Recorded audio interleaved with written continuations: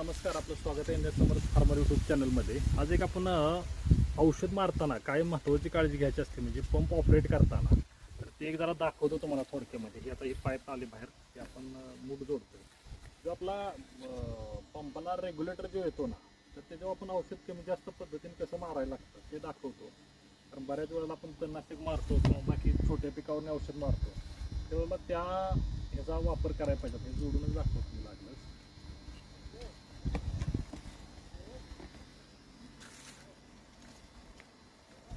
हा नोजल जोडताना सुद्धा काय राहतं बरं का, इथं लीक राहतं थोडंसं. त्याच्यासाठी हे अशा पद्धतीची एक गोल रिंग असते, पंपाबरोबर आपल्याला दिलेलीच असते. तर ती गोल रिंग तिथं वॉशर आहे ना, हा बसवायला पाहिजे तिथं.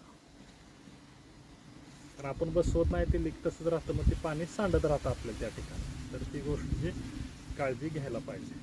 आता जेव्हा आपण हे ऑपरेट करतोय त्यावेळेला काय करायला लागतंय की हा जो रेग्युलेटर येतोय, हा रेग्युलेटर येतो त्याच्यावर आपण औषध कमी जास्त प्रमाणात जशी गरज आहे तशी चालवू शकतो. आता असा इथं खट असा आवाज येतो, त्यावेळी तो बंद होतो.